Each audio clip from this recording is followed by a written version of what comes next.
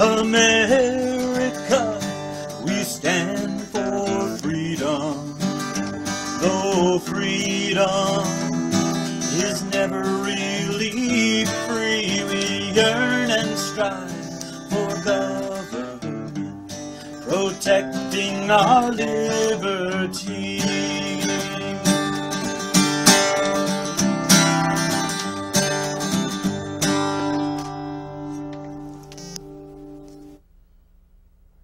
Good evening and welcome to Your Right to Know by the Fitchburg Republican City Committee. My name is Mary Lotz and I will be your host for this evening's show. And just looking at all my friends here tonight, this is such a wonderful night to have a panel, and we're going to discuss tonight Super Tuesday, what the results of Super Tuesday meant for Massachusetts and what it means for the nation. So without further ado, buckle up your seatbelts, gang and viewers, because we have about 25 minutes to get into a lot of discussion tonight. I'd like to first introduce Professor John Strang. Dr. Strang is not only a member of the Fitchburg Republican City Committee, but also our chairman of the Fitchburg Republican City Committee. Next is Kathy Gogan, a friend of the Fitchburg Republican City Committee, a member, and my counterpart on our monthly radio show on WPKZ. Next is Justin Brooks from Leominster. Justin also is a friend of the Fitchburg Republican City Committee, but because he lives in Leominster, he belongs to their committee. Justin used to be on the radio show once a month with Kathy and I, and now he can be heard on Tuesday mornings at WPKZ. Finally, Frank Ardinger. Frank is our Worcester, Middlesex GOP committee man for our area, and Frank is joining us after a wonderful win for re-election to that committee position. And we welcome you, Frank, and we welcome the whole committee, the whole group today on the panel. This is such a fun thing for me to have all my friends joining me again. Welcome, everybody. Let's get into it. Super Tuesday, we just had it a week ago. That will kind of orient our viewers to when we're taping this. It was just a week ago. And Super Tuesday, we saw 11 states, Fitchburg being one of the states, that held presidential primaries. Out of those 11 states, one candidate won 7 states, overwhelmingly pretty much, and that was Donald Trump. We had, in addition to that, we had Ted Cruz won 3 states and Marco Rubio won 1 state. But as one of the writers of the Boston Herald commented on Donald Trump's win, he said he actually steamrolled the competition in Massachusetts because Donald Trump actually won 49-point-something% of the popular vote in Massachusetts, or of the Republican and unenrolled who pulled Republican ballots in Massachusetts, compared to the next runner-up, which was John Kasich, who won only 18% of the vote. So let's open up our discussion with the elephant in the room, and that's going to be Donald Trump, by far and away the most popular of our candidates that's out there. Let's just talk about him. What do you think about the Donald Trump win in Massachusetts? Impressive? Were you surprised by it? Did you think he would win by more or less? Just throw it out to any one of you. What do you think? I think geography played a big role in this too. Mm-hmm. You know, when you look at it, you know, Donald's from like the New York area, has that New York attitude, and I think people around the Commonwealth can kind of relate to that a little bit. You know, and that's why he gained such a strong following. You know, I think one of the bigger issues with Cruz was because Cruz is, you know, similar, but maybe you know, more refined and probably a better debater than Trump. But so he would have appeal, but you know, he has a Southern evangelical side, which can work against him. Rubio, you know, can come off as a little bit too, you know, young or maybe not something that they're looking for. But I think a lot of it had to do with the blunt, crass way that, you know, Massachusetts people are known to be. Okay. Okay. Anyone else? Well, Kathy? Trump he's popular. He has a following. I mean, Mary, you and I saw that. We saw him in Worcester. And, you know, we saw we didn't go to Lowell, but we saw the lines in Lowell. And that was below zero that night. We had a mild winter, but that one wasn't a modern. Stand in line for an hour just to get to see him. I think he speaks to the frustrations that people are feeling. You know, we send people to Washington and they promise us this and they promise us that. they don't deliver anything. So all of a sudden, here's this outsider saying, all right, I know what you're feeling, and you know, we're going to get this done together. He doesn't really give you any specifics, but he kind of gets the crowd going. A lot of people refer to Donald Trump's popularity as not so much the candidate, but a movement. Do you believe it's a movement, Frank? Just you know, to kind of follow up on that, Carly Fiorina spoke at CPAC recently, and I just read what she said. The Republican establishment thought it knew just what to do after the 2012 elections. They decided they needed a comprehensive immigration reform. Then we needed to talk less about social issues, and there were too many candidates in the 2012 primaries and too many debates. So let's limit the number of debates. In fact, let's condense the whole primary calendar so our presumptive nominee can roll up delegates faster. Let's make sure that the primary voters knew who the establishment thinks should be their nominee. Let's have all the pundits and money take care of the case right from the start about who's next up at bat, okay? Republican voters said, no, we need to secure the border. No citizenship in this country must mean something. No, our religious liberty is at stake.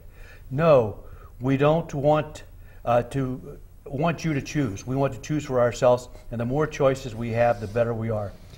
The bottom line is the Republican Party wanted one thing, but the voters wanted something else, and they felt that they could do better themselves deciding who to vote for. And that really almost sums up Donald Trump's Donald campaign Trump in a nutshell. is a finger in the eye. John, what of do the you think about that? establishment. Well, actually, now that Frank has read something, I'm going to read something too. Okay.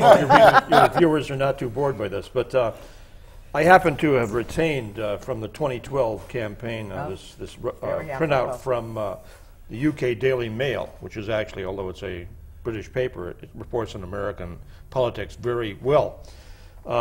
And they're reporting on a Gallup poll in the wake of the 2012 election.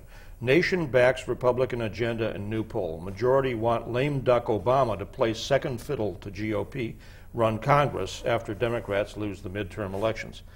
That's a valid reflection of what was wished for, and it was by large margins that this poll found that Americans wanted that. But what happened?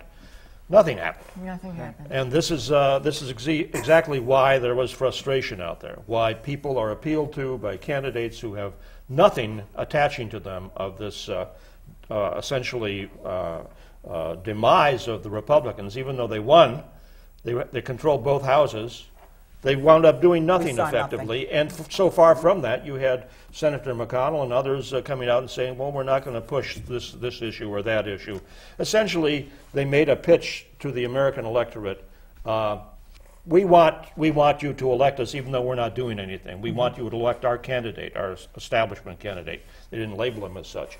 But that's why people are frustrated. And the frustration runs across the spectrum, not just Republicans, but unenrolled, and even some Democrats, because as we know, 20-some thousand and we will get Massachusetts. onto the numbers. Right. in They a shifted little bit. to vote for Trump. And that's, I think, essential. Well, remember, this isn't exclusive to the Republican Party in this. It is also, what you see in the Democrat Party also is a revolt against establishment.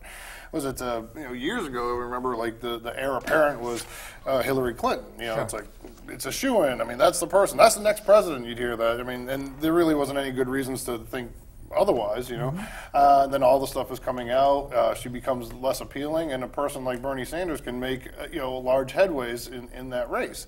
I think people are getting sick of like having the parties tell you who to vote for, what to vote for, what we stand for, what we're going to do, and then once we get there, we're not going to do much about these things. They want to see people that are actually going to come up with different ideas. We're going to go against the establishment and then see what they can do, because the establishment isn't doing it on both sides.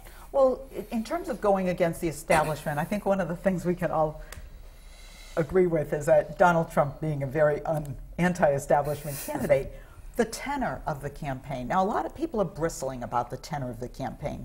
Never have we heard people get up in either speeches or press conferences or public debates, national debates, where they would use some of the innuendo, salty language that Donald Trump has really trumpeted against some of the other candidates. It appears that some people love Donald, love him, Some people who dislike Donald dislike him greatly. But the salty language, the whole tenor of the campaign, what do you think about that? Why are people so seemingly accepting of it? Well, first of all, it's part of Donald Trump's persona. I mean, that's the way he is, in everything he's done. But the bottom line is, whether he's saying it, politely or saying it kind of brashly, he's saying what people want to hear. He's telling the people that basically the party's not doing anything for them. You need somebody different. You can't go with the same routine, or else you're going to wind up with the same results. You need to have a change. And the fact that they got a little bit nasty, I don't think people are really that bothered about it. They like the excitement. I mean, people are watching those debates, and usually debates are so boring that people fall asleep halfway through them. Nobody falls asleep with a Trump debate. And that's right. true. And people are coming out to vote, too. Yes. Yeah. By overwhelming numbers, because we know the Republican turnout, and that includes unenrolled, up to now. When we get to Michigan next week, when we get to Florida and Ohio, it'll be, I guess it becomes less so. Winner take all. Winner take all in those cases. But the turnout for the Republican candidates has been far in excess of that for the Democrat candidates. It's interesting, though, that Trump could become salty, could become very earthy in his language. But once Marco Rubio, now we really don't know the longer term effect, but at least the immediate effect is once Marco Rubio tried to go after Donald, the reality star, in some ways, with using some of the same language or firepower against Donald Trump, he seemed to have lost ground. Well, I mean, the funny thing is, look at Donald Trump's nickname, Teflon Don. And why? Because everything just slides off of him. I mean, how many times have you seen, or seen him say something on TV and then have, people just be like, "Oh, that's it. He's done. Oops, sorry, that campaign's over." Right. I mean, from the get-go, really. And then all of a sudden he just booms in the ratings. He gets that name for a reason because that's the way. And the thing is, I think it's because that's the way he's always been throughout his whole life. People can relate to that. People have a good internal radar of what's real and what's not real, and he's always been like that. So that kind of appeals. So when Rubio does something like that, it's not really in his character. So he's coming off as fake, and therefore it doesn't get that same traction. A little too staged. Donald Trump does. Do you think that's right, Kathy? Yeah, I also think, people are tired of the straight-laced establishment. And all of a sudden, this Donald Trump comes and he almost liberates them. They can finally be free to think and say what they want to say. Actually, that is a good thought, that he really, the whole persona is complete package of anti-establishment. Well, if I may say again, I think that another thing is we as a nation have really been beaten up with political correctness, where people feel that they can't say a lot of things, and people that are feeling that and think that it's something that's been too much in America. Donald Trump's the guy that is like, hey, look, here's a guy that can say whatever he wants. Here's a guy that's getting back to, calling it as it is, as opposed to walking on broken glass the whole time. Sure. And this appeals, by the way, across the spectrum, because we know that his draw has not been confined to white males, for example. He's actually succeeded in drawing the largest percentage of blacks in these primaries among any of the Republican candidates. Largest percentage, even this, I was surprised at this, of Muslims, for God's sake. It turns out it's not a huge percentage, but he has drawn more Muslims to his candidacy than any other Republican candidate out there. And why do you think that is? Because of the directness of his speech, I think. And because also he has pointed to actual problems that other candidates until now have not mentioned, like the problem of illegal immigration that does affect working class people in particular across the board. And they recognize that no matter what their backgrounds are. John, you actually brought this up, so I want you to start it, but I want everybody else to jump in on it. And that's the voting numbers, the actual changes. People who, because of Donald Trump, have changed their political party. According to the Secretary of State in Massachusetts, since January of 2016, this is a significant number, 20,000 voters in the state of Massachusetts changed their party affiliation from registered Democrat to either Republican or registered unenrolled. That is significant. That is extremely significant. Why? Why? Well, clearly, at one level, you could say, at a basic level, these people wanted to be able to vote in the Republican primary. The 20,000 figure, if I'm not mistaken, includes roughly 16,000 or 15,000 who were Democrats, and the remainder were unenrolled, or maybe it's the other way around. But certainly they wanted to vote in this primary. But I think that comes back to the issue I alluded to earlier, that Trump is, because he drew 49% of the vote, Sure. 313,000 vote in Massachusetts, and he drew 49% of that, far more than any other candidate. He took our city of Fitchburg. That's right. That's right. And Fitchburg is still a working class city, and that's representative of the way I think he draws working class. And this bodes well for him elsewhere. But he's drawn, as I mentioned earlier, across the spectrum. Millennials, for example, he scores highest among millennials, which is something you wouldn't expect necessarily. And his scoring among women, although the Democrats like to say that he's anti-woman, he's not doing that badly among women. I do think it's interesting. This sound, by the way, I'm making like a pitch for Trump. I'm not necessarily, but I am pointing to these facts about his appeal. It will be very interesting in terms of women if the end becomes a Hillary versus Donald Trump campaign. Which way will the women's vote go? Because right now, Hillary Clinton does not have the young woman vote. Anyone else have a thought about the numbers and what this really means for the GOP in Massachusetts? I think the GOP in Massachusetts is changing. The problem is that many of the people at the head of the GOP in Massachusetts don't realize that it's changing. It's becoming more conservative all the time, and it comes back to to what Carla Fiorina was saying, is that the establishment has created the situation, and now they don't know how to deal with it. I mean, they brought out Mitt Romney and started trying to attack Trump. What effect did it have? Absolutely nothing, because people just don't want to hear that pablum anymore. They want to hear what I'm going to do and how I'm going to do it, and Donald Trump is telling them that. And do you think Mitt Romney really came at it as somewhat of a failed candidate? Obviously, he lost the election, which I think all of us, I could say, really believed he should have won 4 years ago. But do you think what it really represents is that people were just tired of hearing him go back to the old party line? Exactly. When he came out with that speech last week? Well, I mean, I think the thing is, the establishment is in a weird position right now.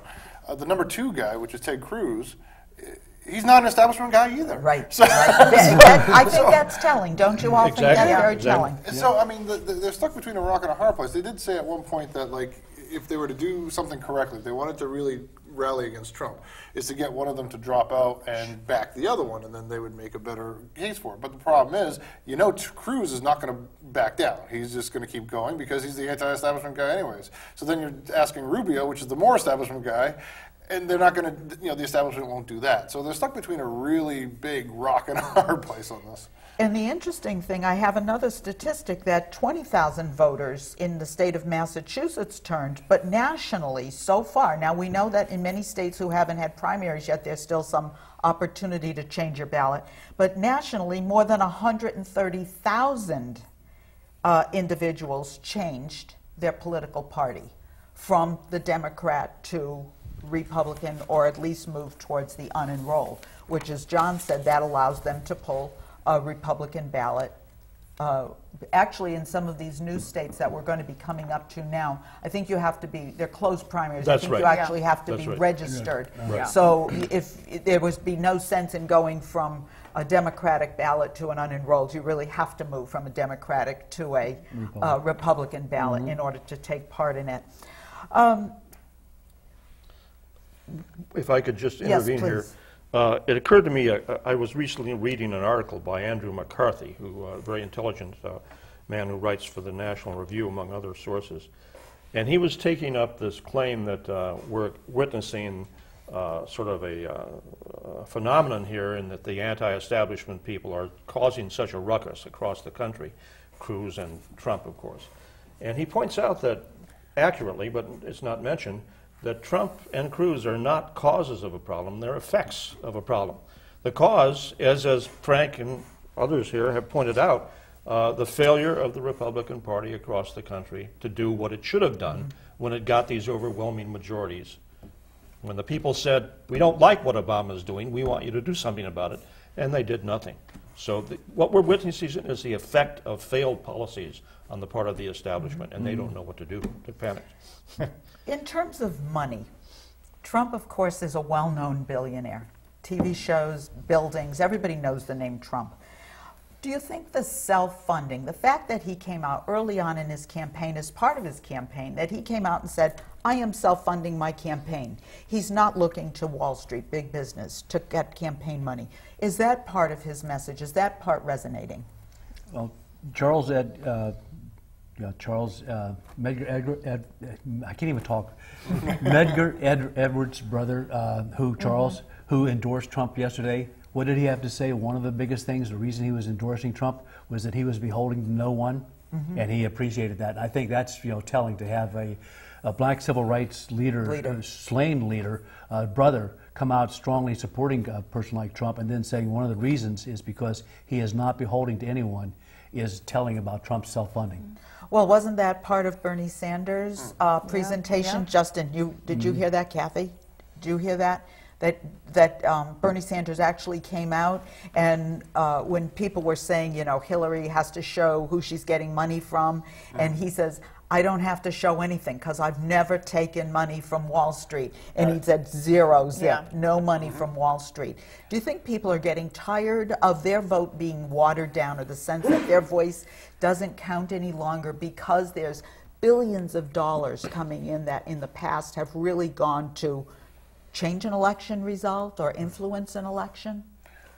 Yeah, go ahead. Well, I think people are tired of thinking that the only people that politicians work for are the lobbyists. The big money, the lobbyists. I think they're screaming, hey, who works for me? Yeah. Who's listening to me? And so you've got a Bernie Sanders, or you've got a Donald Trump, and they're both saying, I'm going to listen to you because I've got nobody funding me. I'm beholden to nobody. And people are I think they want to hear that type of thing. What about the fact that he is a billionaire? How is he, or why is he, resounding so positively and well with the blue-collar worker, with the average, hard-working person? He doesn't act like it. He doesn't look like a billionaire. Let's face it. I mean, he's rich, but to look at him, he doesn't act like, he doesn't talk like a billionaire. He talks like a regular blue-collar, everyday Joe. And I think people are, resonating with that. Do you think also it has something to do with his message, jobs? Yeah.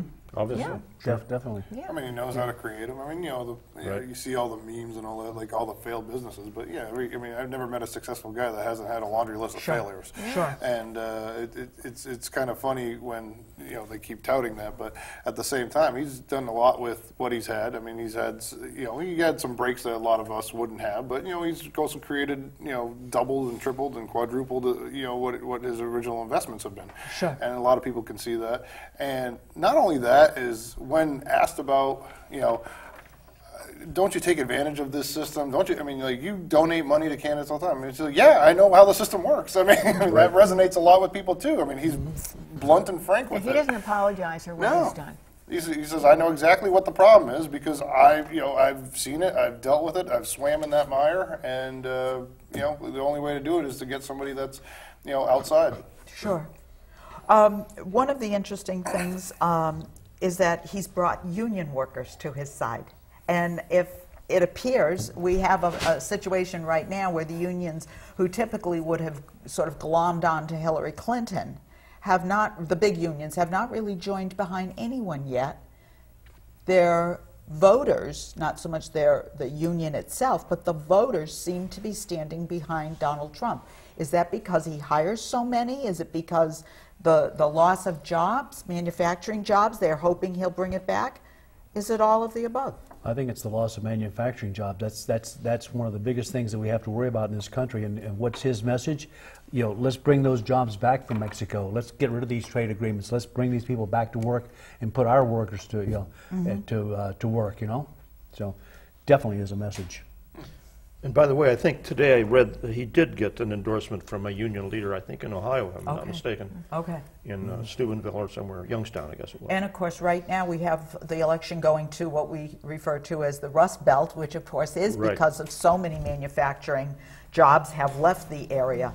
Do you think it's interesting that 4 years ago, Governor from Massachusetts, Mitt Romney, a wealthy man in his own right, was really almost dissed because of his wealth and folded because of it. He tried to portray himself, I'm not, you know, I'm sorry, I'm wealthy. Or Donald Trump just comes out and says, in his opening speech to run for office, I'm a billionaire, so what? He didn't apologize for it, unlike Romney, who did. Unnecessarily. I mean, if he'd been straightforward, it would have been far better for him. Not only that, it's also, I think, the type of wealth and what, you know, how they acquired their wealth, you know, hedge funds and all that other stuff that Romney dealt with. Do you think people don't understand what that is, so they were kind of mystified by it and almost looked more underhanded? I mean, Trump can be like, hey, go to Vegas, go to Atlantic City, go to this, go to that. I mean, I have places all across this nation. You can see my name everywhere because I built it.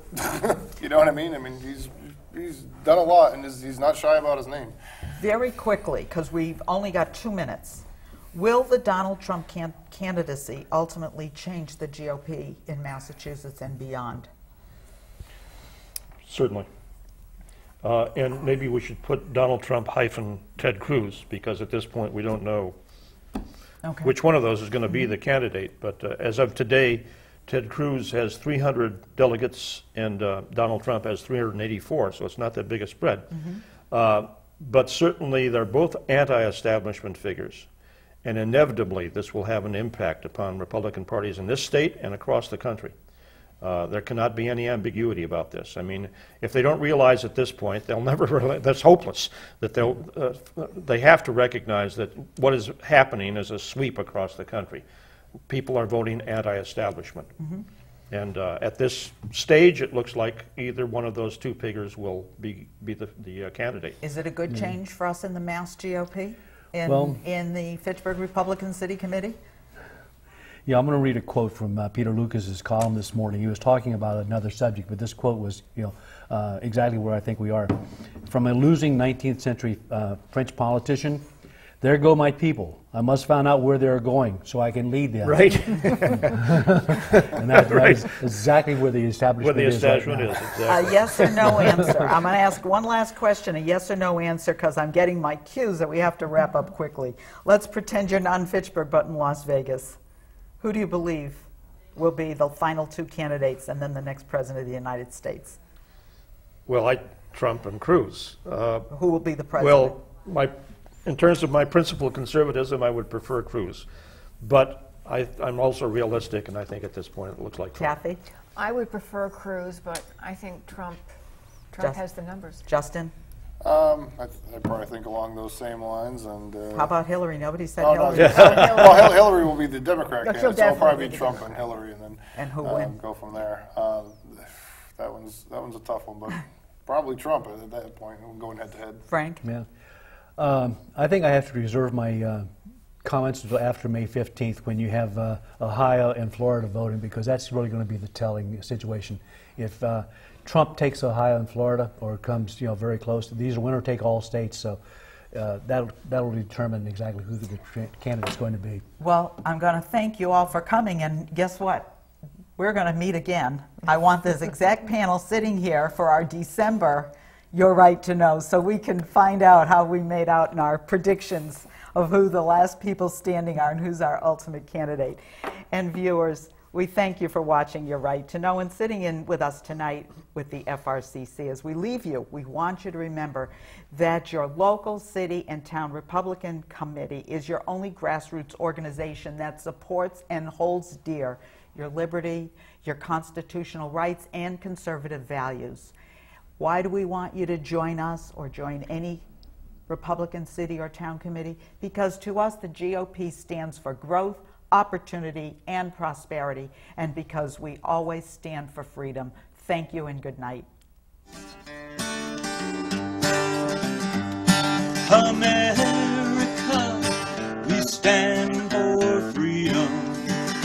So let us all unite unite to yearn and strive for our republic that reflects our values, that preserves our rights, and goes forth in power and might, that reflects our values and preserves our rights, and goes forth in power and might.